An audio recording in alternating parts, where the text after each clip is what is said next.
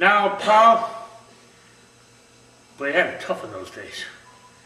Paul is here, it's the 81st Pennsylvania Infantry, am I right, sir? Yes, you are. And you're a private. Yes.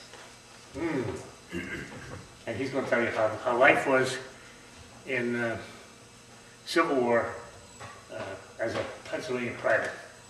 Paul, thank you very much for showing up. We'll give you a little applaud and get you started. Thank you, sir. Thanks, everybody. As Joe said, my name is Paul Matticks, and I'm local, live in Oliphant. I was born and raised in Music, moved to Oliphant when I got married. And always loved history, always loved being around history, reading about it. You know, especially the war, Civil War, Revolutionary, and all that. A few years ago, I really started getting involved with the Civil War and reading more and more, and really honing in on the Pennsylvania units that fought. And decided, after looking into it, that I wanted to get into the reenacting side of it. I'm glad I did it. It's turned out to be a ton of fun. When I wanted to, looking around to see which units were around here, I got on the internet, there's tons of information, and I found that the local unit that was doing reenacting was the 81st Pennsylvania Volunteer Infantry, and in particular Company K. The regiment was formed in 1861 from President Lincoln's call for soldiers to come down. The regiment was raised 10 companies. Each company had 100 men, and they were usually raised around towns and specific. 6 of the companies in the 81st came from Philadelphia. The other 4 companies came from Carbon and Luzerne counties. Company K was raised almost exclusively around Eckley. And every year Eckley has a big weekend where they celebrate that, and we go down. It's a real nice time. So we were raised, our company, out of Eckley. In August of 1861, we formed up and took a train down to Easton, where we got acclimated with the rest of our companies. Like I said, there's 10 companies in the regiment. Each company had on paper 100 men, mostly privates, usually 4 corporals, 2 or 3 sergeants, and then the commander was usually a captain, and he was elected by the company. And usually somebody everybody was familiar with, you know, maybe had some military experience or had a popular job, you know, where he was around and open to more things. Paul, can I interrupt you now? Yes. This is my first presentation for the entire year, and I goofed. Normally what we do, we have a short, like you're doing right now, and then we invite everybody to get the pizza while it's hot, and then they all can go to where the restroom is, back up there. They can go to the little boys' room or girls' room, and then we'll come back and finish. We just want to get them interested in what you're doing and what you see. So if we can interrupt and get whoever it is, I don't know, Esther, wherever you have. Over here, right where I am. Who's I am? Oh, Dorothy, where Dorothy is. You didn't recognize me. I heard the voice before. For 40 years. 50 years. All right, so let's take a 50. Pennsylvania in the wheat field. At that time, we had 200 men total in the 81st, 25 in Company K, and the 81st suffered 61 casualties that day. So we had our share of casualties. Before you replace them, did they come from the same places that Yes. it was originally Yes. That's organized a from? good question. I was just going to mention, through the course of the entire Civil War, 163 men came through the ranks of Company K, the majority coming from Eckley and the surrounding areas. We had a few from Philly and some surrounding areas. But we had 163 men total serve in Company K, and we had 105 casualties of that number. Sickness, captured, killed, and wounded. So that's 64% of the total that served in Company K became a casualty at some point during the war. So very devastating and felt everywhere. So that's just a little brief history of the 81st and who I represent when we go out to reenactments. What I want to do, when you watch a Civil War movie, you put Gettysburg in, Gods and Generals, even the Red Badge of Courage. The movie focuses mostly on the fighting. Everybody sees fighting, loves shooting the guns. But you never see or hear how they got there, what they're wearing, why they were issued that, and how that all came to be. So I'm just going to give you a little bit of background on all that information, why we wear what we wear and why we're given it. The Union Army was outfitted and equipped by the government. And that's why after Bull Run, after the first battle of Bull Run in 1861, there was confusion because a lot of the Confederate units were blue, and a lot of the northern state units that went down had gray on. So there's a lot of confusion on the battlefield. After Bull Run, the government decided that they're going to make everybody wear the same uniform, and it was going to make it easier to distinguish your units on the field. So they went with the navy blue and sky blue trousers. So I'm just going to go through everything real quick. What was before? They didn't have uniforms? They had uniforms, but it was more a hodgepodge from the states would put it together, Oh, okay. or maybe you just put on whatever you It had. wasn't one color? No, Oh, no. So you didn't know who it was? Exactly, that Oh, led to confusion, and that's one of the reasons that the Union lost. There was a couple points where they had a tactical advantage, saw a unit of blue coming on their flank, assumed it was more of their men, turned out to be Confederates, and that happened. So they wanted to do away with that. So when our unit got down to Washington in October, we were issued uniforms from the federal government. And started with the hat. And every enlisted person, corporals and sergeants, was given a hat. And they called them forage caps. It was a soft wool material with a leather band and a leather brim. And the reason they call them forage caps, a lot of times on the march, as you marched up and down Virginia and the East Coast, you were always hungry, always looking to steal food, a snack. Apples you pick, cherries from trees, eggs you'd steal. And what the hat allowed you to do was to take the leather band and turn it around this way and then fill your hat up with food, forage, and then you could carry it around, a little pail. And then you could strap that right over your bayonet and then tie up your hands. That's pretty good. So that's why they're called forage caps. And of course, it's wool. Wool uniforms, they were issued for durability, not because they were nice and cool in the summertime. They held up good, and they lasted a long time, and they were easy to make. The next item that the federal government gave you was a shirt. Typical of the shirts that you were given was, all the shirts at that time were pullover. Nothing had buttons completely up and down. You had a 4-button shirt. They could have a little collar on it, or they could be collarless, depending. The government issued ones were white or off-white, like a cream-colored. If you were lucky enough to have somebody at home that could sew, they would send you and could send you shirts, and I'll show you what I'm wearing later, that had a little bit more of a pattern or a style or a color. You know, white on a battlefield isn't exactly what you want to be wearing. But that was typical of the shirt, long sleeves. One size fits all? Pretty much, yeah, you didn't get much size choice. Bandage, the white shirt, bandage, they use it? They could, yeah, I mean, it was a good heavy cotton that they were made out of, so yeah, you could use it for that. Next you had, underneath your wool trousers, they issued kind of like long johns. It's a light cotton or muslin material again with the buttons.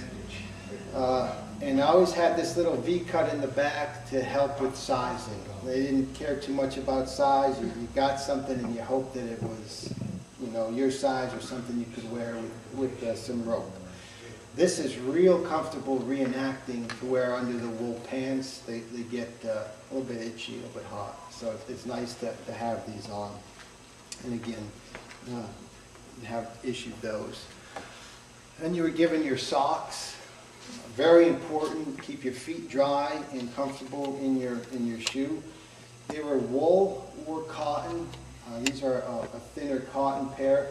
These are patterned after a pattern from 1862, so they're cut exactly like they would have been cut One pair? back then. You were given one pair to start with.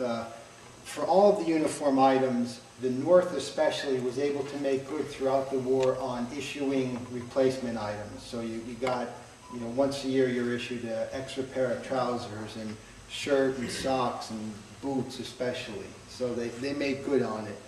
You could also wear, and I'm wearing a thicker wool sock, make it a little more comfortable in the shoe. The shoes were very uncomfortable. Next, you were issued your jacket, wool jacket. This is called a sack coat, and it's a sack coat. It's supposed to fit like a sack of potatoes.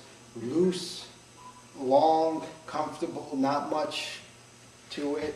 4 buttons, no outside pockets. There is one inside pocket that you would keep personal items in, right inside here, letters from home, maybe a picture if you had something, little snack, and during the fighting, keep extra rounds in there. The sack coat was so popular and so comfortable that a lot of officers, as the war went on, got rid of the long, 20-button jackets with the thick, stiff collars that they wore and went to a sack coat just because it was more comfortable in the field and allowed you a greater range of motion.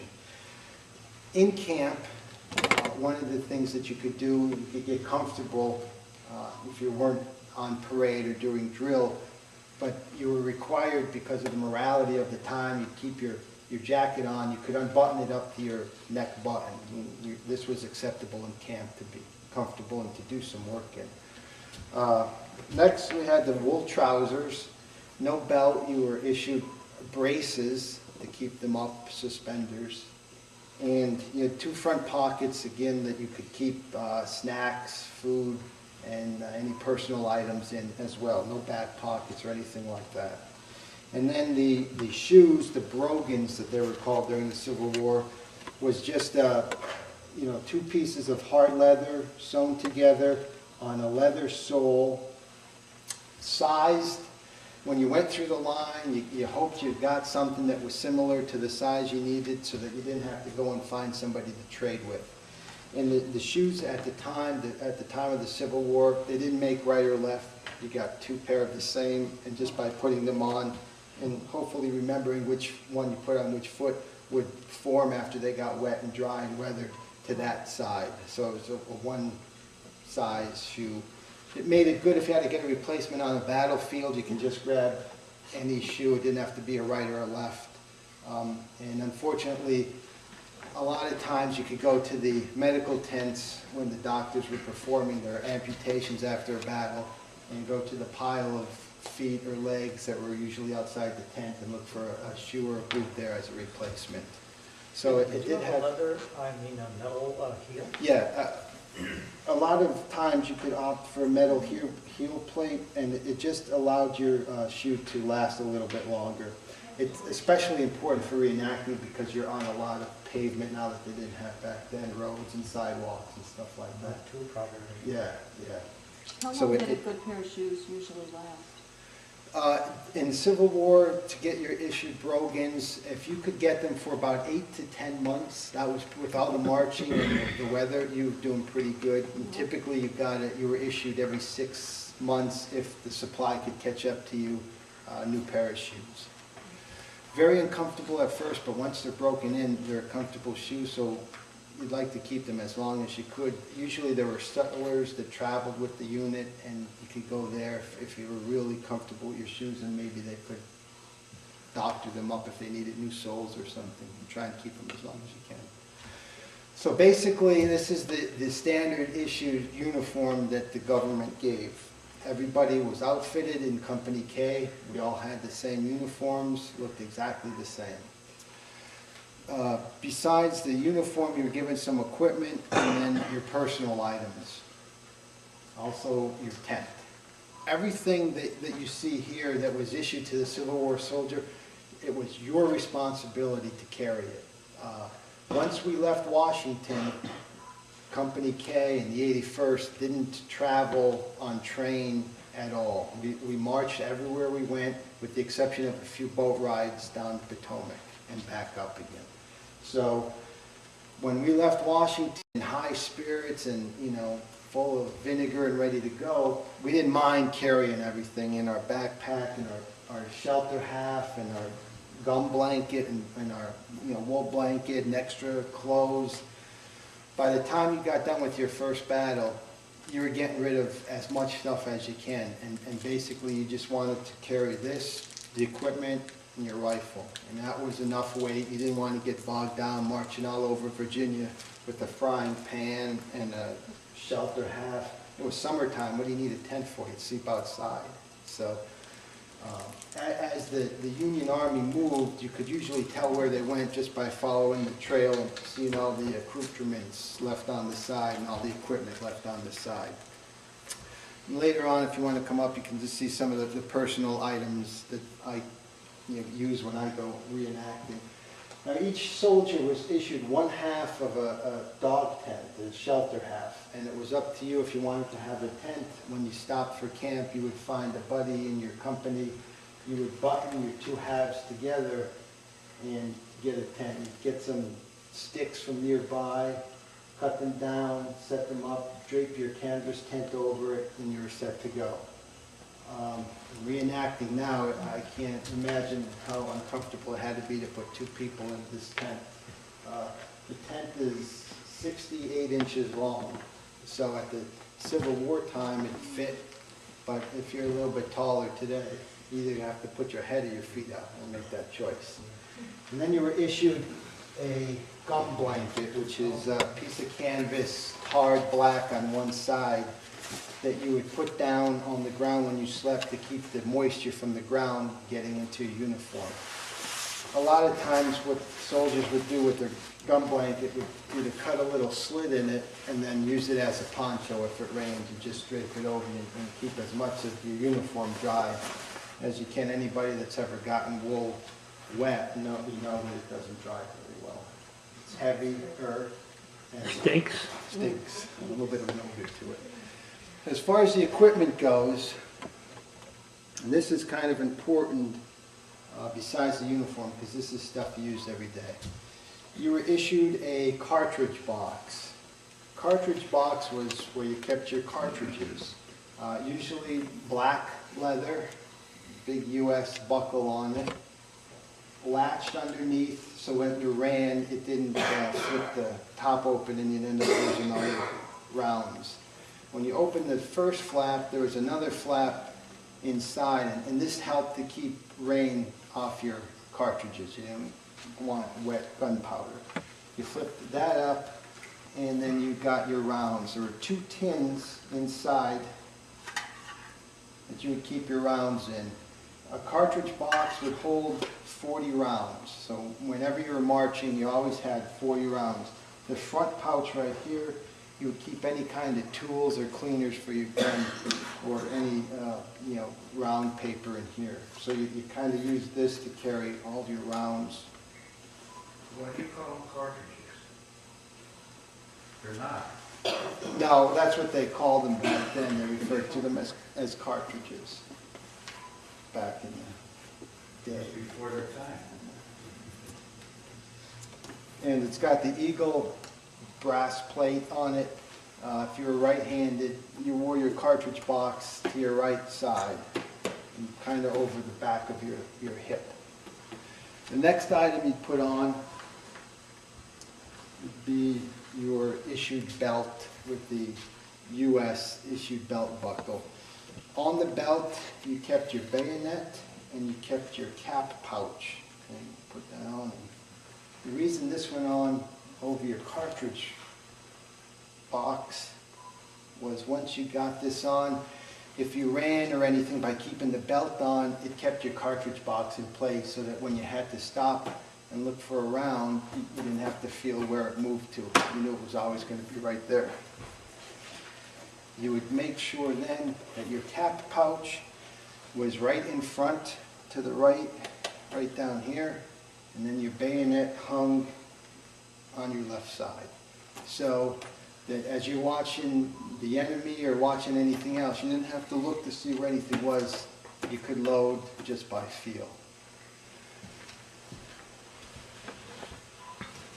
Next, you had your issued canteen, and one of the bigger misconceptions with canteens is this color, this jean cloth material, which was a blend of wool and cotton, was this color. This was U.S. government issued.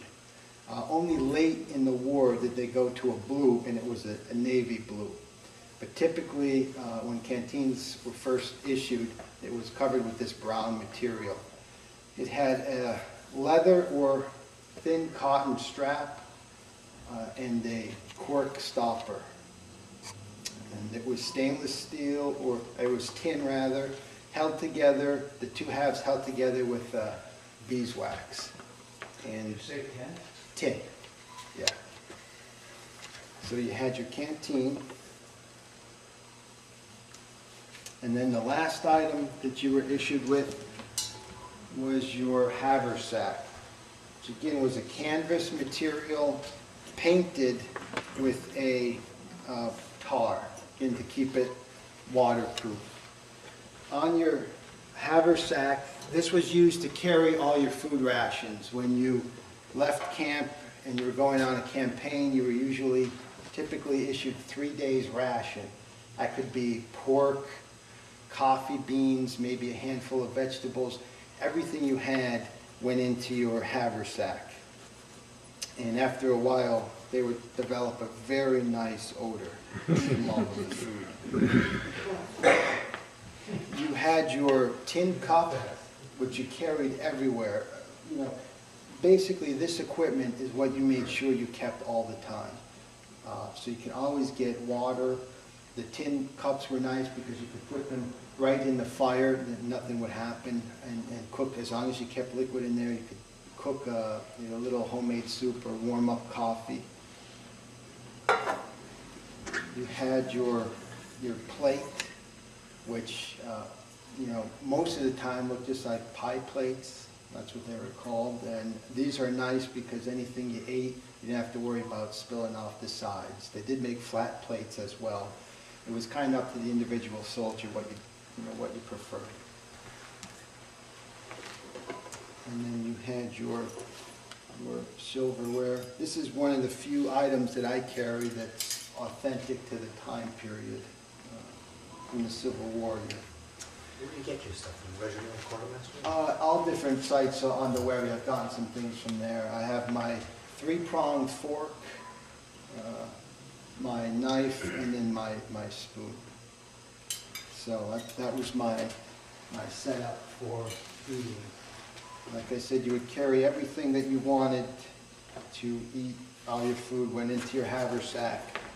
Usually you put your cup right on the buckle, throw that over, now you're ready to go. You've got some weight on, but you still have range of motion. You can run, you can move, and everything is going to stay right where it is. And then the last item issued was your musket. This is a reproduction of the Springfield 1861, right down to the stamp markings on the gun. This is made by a company in Italy. There's 2 brands that make the Springfield. The most popular weapon during the Civil War. There's over 1,500,000 of them produced. The North had most of them. The South would get them any way they could, usually on the battlefields after a battle. If they were, especially early in the war, since they were victorious, they would go around and gather all the weapons that they could. This Springfield musket weighs 9.5 pounds. It's got some nice weight to it. And it's 56 inches long.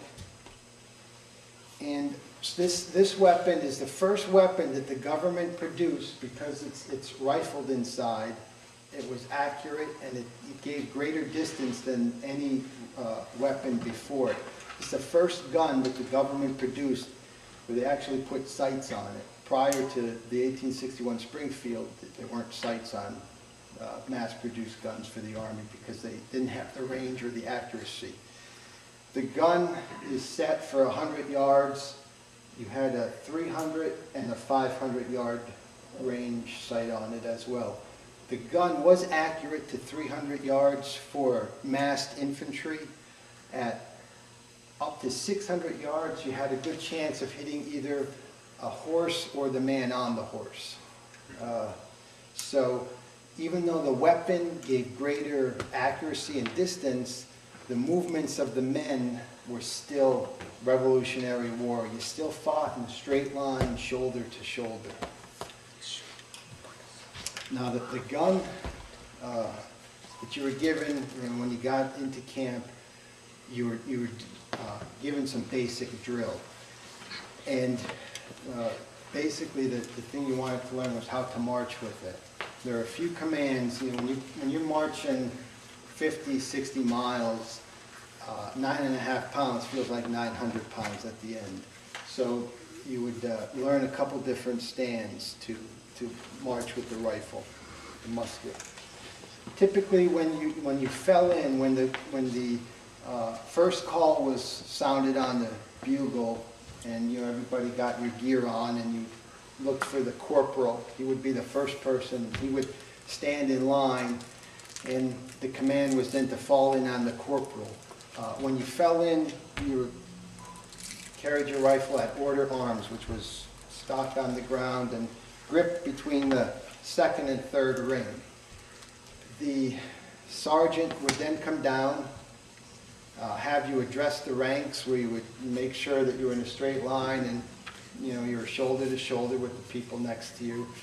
And then he would have you stand in 2 ranks, front rank and rear rank. And then he would have each person in that rank count off 1, 2, 1, 2. And that became your file, so it was rank and file. He would then have you shoulder arms, which was probably the most common command. And when you see a lot of pictures from the soldiers in the Civil War, that's how they're standing. At shoulder arms, you would lift the musket with your right hand, grab it with your left, and then you take your thumb and forefinger around the trigger guard, hold it at arm's length, and then push the barrel into your shoulder, and you're at shoulder arms. And then you would typically start your march, and this is how you start it. If you had a good sergeant that was considerate, he would often give commands to change how you held the gun during march, and it made it a lot easier. Your arm didn't get as tired. So a lot of times the other 2 popular commands were to right shoulder arms, in which you would bring the musket up, turn it, and place it so that the hammer and trigger are over your right shoulder, and it's up and it's angled a little bit up to my left. Because the gun is so long, I have to be careful I wouldn't hit the guy behind me. So it's up and cocked a little bit to your left. And you march like this for a little while, and then it would go back to shoulder arms.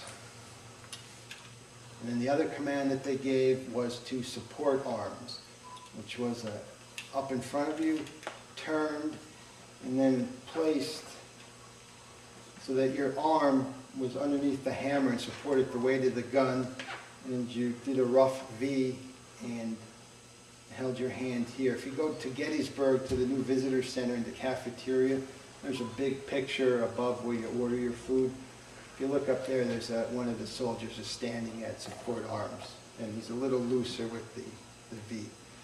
But surprisingly, it's a very comfortable way to hold 9.5 pounds. And it looks a lot. And yeah, and you can march a little bit with this.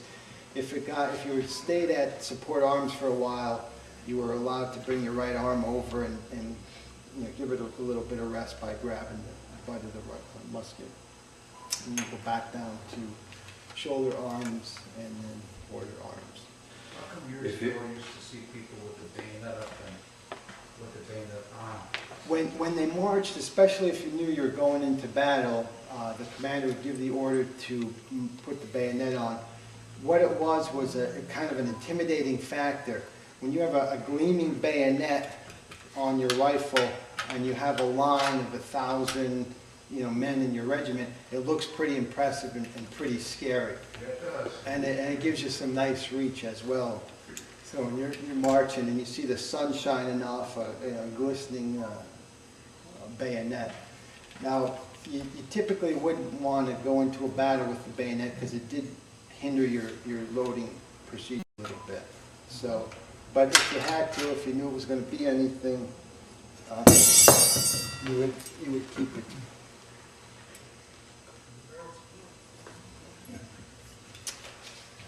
Then there. If you were left-handed, did you do just the opposite, or did you have to stay uniform with everything? You could, once it got going, but everything was made to be fired from the Right-handed. right. Okay. So a lot of them would just learn. What was the average age In the Civil War, of that, like, that? our Company K, when we were first formed in August of '61, the average age of the soldier in Company K was 25. Really? Yeah, and most of them were miners that decided to get out of the mines and to try the adventure of soldiering.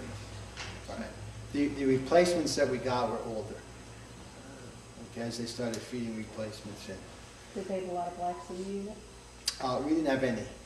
No, we didn't have any. We had, as far as I've been able to tell, the second colonel of the 81st had a couple of servants that traveled with him, but there were no, throughout the entire war, the 81st didn't have any black soldiers. And the next thing I'm going to show is how to load the musket and a couple commands for firing that you would do as well. Now the manual that you would follow, either Hardy's or Casey's manuals, drilled you to load and fire in 9 steps. There were 9 independent steps that you would do to fire. When you're 300 yards away from the Confederates, you're not going to load and fire in 9 steps. You're going to do it as quick as you can. During the Civil War, the average soldier could fire 3 times, load and fire 3 times in a minute. And I think that's impressive because I can't do that. I can do 2. And that's, when nobody's shooting at you, there's no noise or anything. So I can't imagine what they must have done. So you know that you're facing the enemy. Your commander, captain, would march you up to your prescribed point in the Union line. If you were fighting by the regiment, your whole regiment would be strung out in 2 ranks, your front rank and your rear rank. And you'd march to your designated spot, usually with the shoulder arms, and you'd halt, and the command would be to load your musket. At that point, you put it down with the rammer facing you. You would draw your cartridge,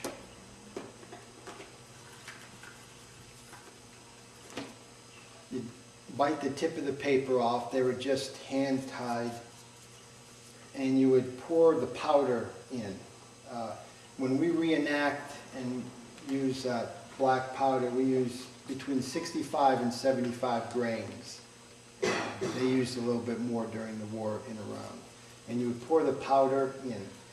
Then you would squeeze in the mini ball that was on top of the powder, and that would go into the rifle. And you'd squeeze it down so that it was just inside the barrel. And you would draw your rammer, and you would push everything down.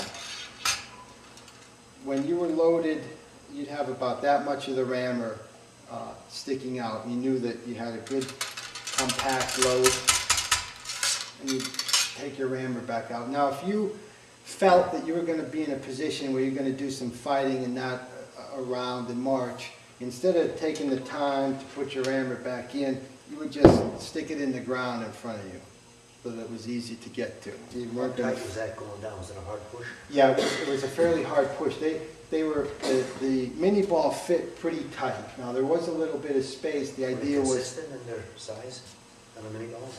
from what I heard, fairly consistent. You never got one, I never read of one that was too big. Probably the rifling made it hard to push down. Yeah, that was the... So then you would get that all the way down and withdraw your rammer and stick it in the ground. You wanted to make sure that rammer came out, and that was the only thing you had to load your musket. If you forgot, which happened, and you fired, besides the mini ball, that ram would go flying too. And that was it. And you'd have to look for another one or wait until one became available. At that point, you bring the gun back up, you go to half cock, and you take out a cap.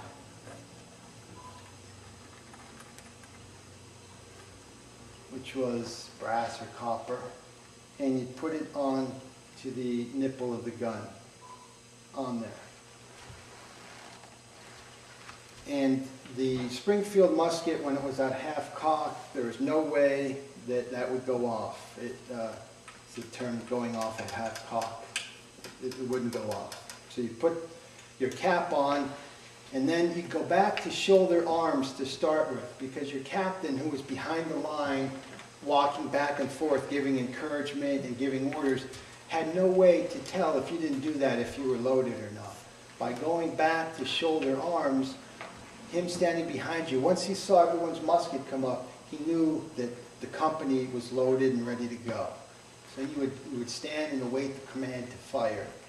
At that point, it would be, he had a couple options, and depending on how smart he was, he would vary his type of fire. If there was still a good distance between the Confederates and your unit, he would try and get off one or two volleys of the entire company. So his command would be company ready, which at that point, the manual told you to make a T with your feet, keep your left foot planted and draw your right foot back, and raise the gun to just about mid-chest, still at the half cock. At the command aim, as you drew your rifle up, you would go to full cock, and then you would wait, and then it would be fire. You'd fire, and then you'd wait for the next command, because sometimes you would go back down to if you're going to move somewhere, or there's going to be another fire command. So then you'd say load, and come back down again, and go through the whole process. Now, by keeping your equipment where it was, you can keep an eye on the enemy to see what he was doing without having to look and see. Reach in, grab, pour, cap, up, and then ready again. After you got off a volley or two by company, which was impressive, a lot of smoke, a lot of noise, and a good shot going out, if the enemy or if you got closer, he had to be a little more careful than how he was going to do the next firing, because if he issued the command again to company fire, and the Confederates at that time then did a charge, the whole company was out of bullets. You probably couldn't load quick enough. You'd hope maybe you can get the bayonet on, or you just have to get ready for slugging contest. So some of the options that they had was to fire by rank. So he would give the command, and the front rank would go up to ready, aim, fire, and then load. You would come down to load. The rear rank at that point would then stick their guns through, and you would get between the second and third ring, typically would be by your ear. So that's what you're getting now while you're loading. As soon as the first rank then went up to shoulder arms, the rear rank would fire. That way you're always covered with a rank loaded in case the enemy tried to advance on you. The other option you had was to fire by file. So again, the first man and the second man in each file would fire two, and it would ripple down the line. So by the time it got to the end of the line, the first two guys were loaded and ready to go again. Again, that offered you the advantage of having loaded weapons in line in case the enemy tried to advance or outflank. Like I said, a good captain understood the situation he was in and would adjust his fire to, accompany or counter anything that the enemy might do. Would they ever say range, such and such range? If you had skirmishers out, typically they would go out to a 300-yard mark, and then it'd come back as the enemy came, so you can watch them. And what the commander of the skirmishers would try and do is stop at 300, 200, 100. Can't give you a gauge, but there was nothing that you had. I mean, a good shot could maybe see the Confederates and gauge that to be Find out what your sites, Oh. you will follow the sites. No, you're lucky to just get it down there. You can see. Now, a lot of times what happened, especially when you got the cap put on, if the cap didn't fit tight there, when you brought it up the shoulder arms, the cap might fall off. It might not fit on there right. So when you went up and you did your firing, with all the smoke and the noise, and this happens even at reenactments, you don't always tell if your gun went off. So then you would come back down and you would load again, and you could end up putting a whole nother round in there. Oh, that's not good. No. At Gettysburg, when the battle was over, the Union started going and cleaning up the casualties and the equipment left around. They found about 35,000 muskets they took from the field. Of those 35,000, 11,000 were unloaded. They were empty. 24,000 were loaded. Of the 24,000, 6,000 had one charge. 12,000 had two charges, and the other 6,000 had between 3 and 10 charges in it. And they recovered one musket that had 22 charges in it. Now, I don't know who was doing that, but with 22, you're going to get the rammer in about that far. And if you don't think that there's something wrong, and that's as far as you can ram. I sure would want to pull the trigger on that one. No. Barrels would split, explode. What caliber is that? This is 58 caliber. 58? 58. During the Civil War, I was told years ago that they even used wood in them when they ran out of the shot. Especially the Confederates, near the end of the war, couldn't make good on losses, material, equipment, anything like that. You know, the picture of the guy without the shoes and stuff. Yeah, Can you imagine getting hit with a piece of wood? You got slivers in your behind. Way to go, Howard. No, I mean, you hear, I heard these stories. That's the only reason why I'm asking. Yep, yeah, and that was absolutely the truth, that they would do anything and fit anything into the shoes. Now, the mini ball that was used, lead, typically, whatever else they could come up with, hollowed on the bottom through these rings. The idea being that, once you got it rammed down, when you shot, the hollow end would expand a little bit, grabbing the rifling in the barrel, sending it on its way. Now, the 58 caliber had That's a distance though to shoot. Yeah, the muzzle velocity was 950 feet a second coming out of this. You can see and you can feel when you come up the weight of one of these rounds. You can just imagine entering your body and hitting the bone, just snapping it inside, or catching it across where it would just start tumbling around inside. I mean, it's amazing when you look at these and you look at the medical services that were available at the time, that anybody that got shot lived, and some of the horrific wounds that they got and were able to carry on with them. It was just amazing.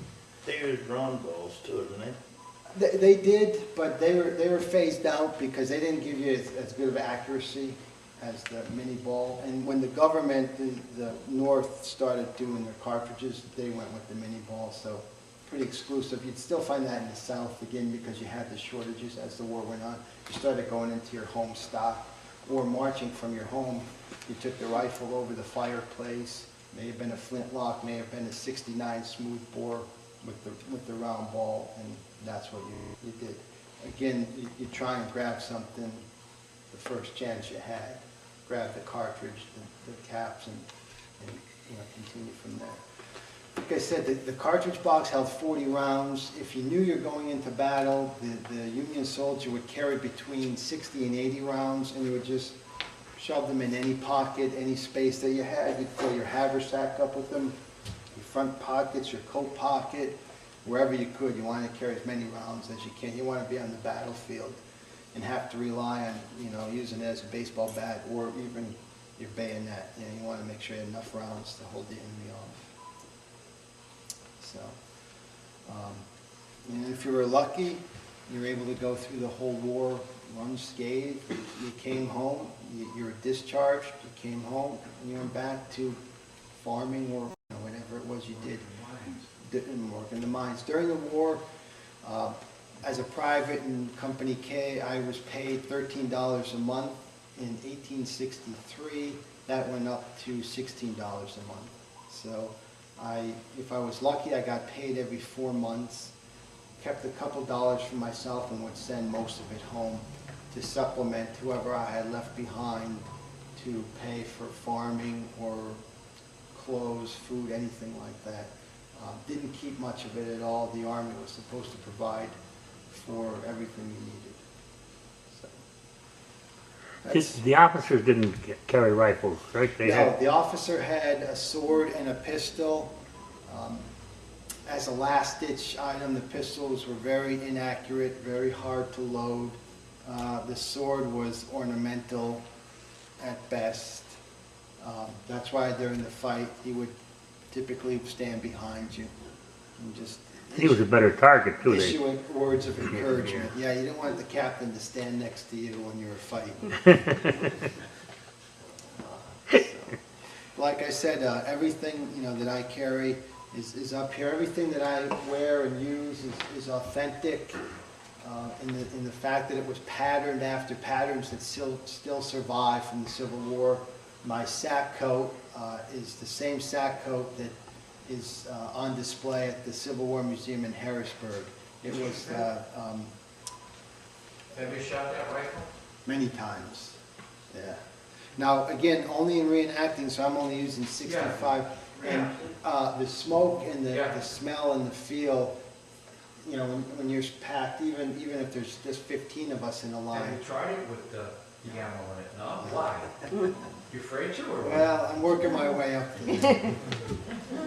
But it's impressive. I can't imagine when you had 1,000 men on the line. Call me when you shoot it. I'll give you a number. Okay. Can you imagine though, you said 18, you're talking 1,800 feet distance to shoot at somebody. Yeah. At a gun like that, that's absolutely unbelievable today. Yeah. 1,800 feet. and would still kill the person with enough velocity. 600 yards. Yeah, and have That's enough velocity. absolutely Unbelievable. And would still have enough velocity to kill the person. Yeah.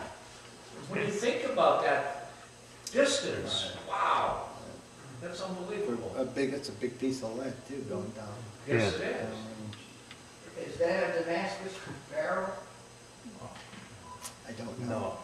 Damascus Big barrel, Damascus. long, This one was Damascus and blown apart. No, that's Gibson, right? Yeah, it's group. yeah, so, well, they could still rifle with Damascus barrel, It's a rifle barrel, yeah. but it was, the whole barrel was one piece of steel and then drilled like it.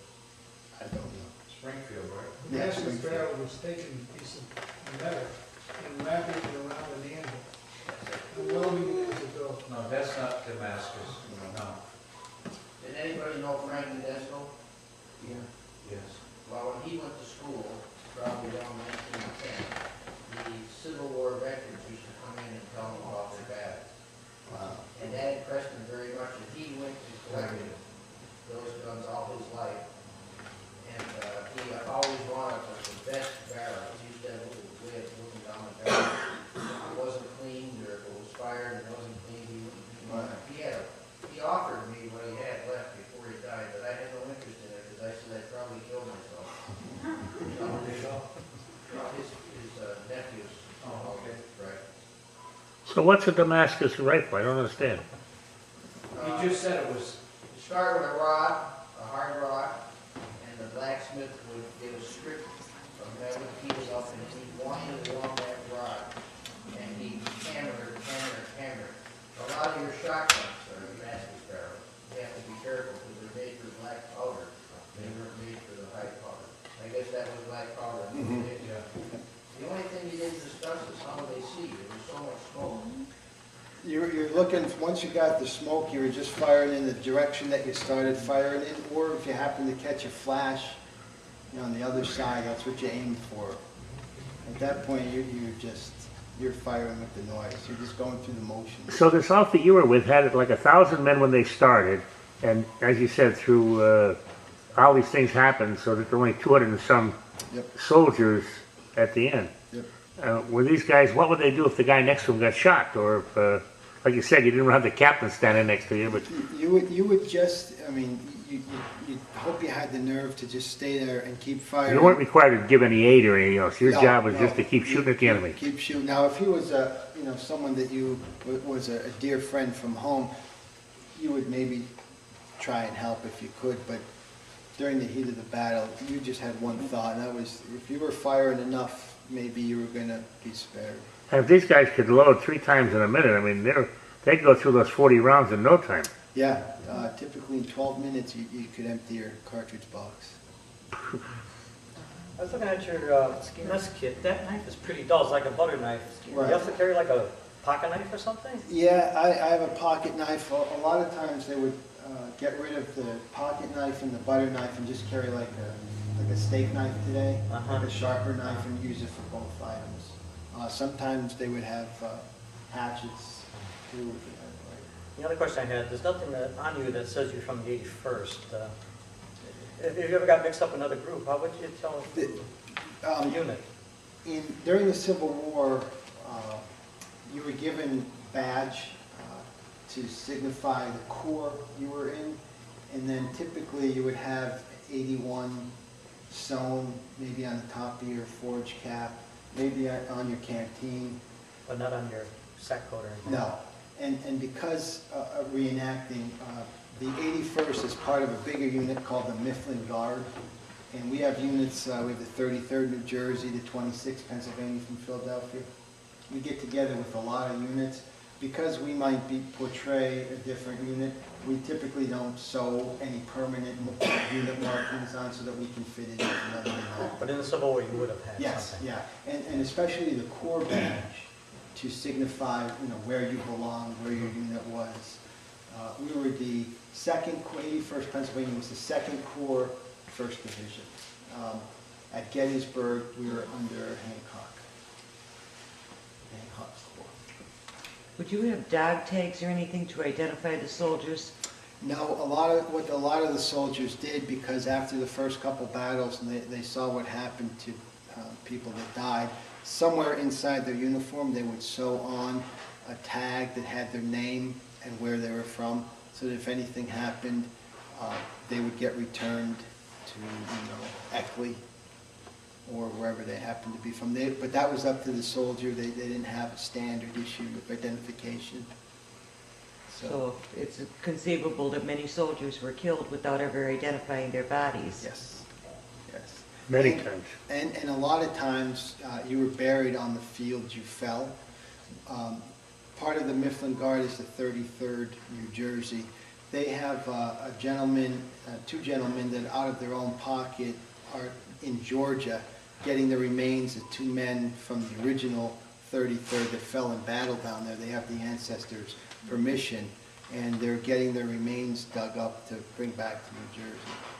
So yeah, I mean, you had a good chance of never being returned or even identified, depending on where you fell. Usually, if your side held the battlefield afterwards, you had a better chance, because if the South held the ground, they would identify their own men, and the Union soldiers would just be put in a common trench grave, unmarked, marked with a headstone, but not individual. So, This gentleman. Gettysburg Cemetery has a whole section of unknowns. yeah. And there's still, if you pick up the paper at Gettysburg and other places, they'll still stumble across. Just November or December, they found the remains of a Union soldier from New York at Antietam.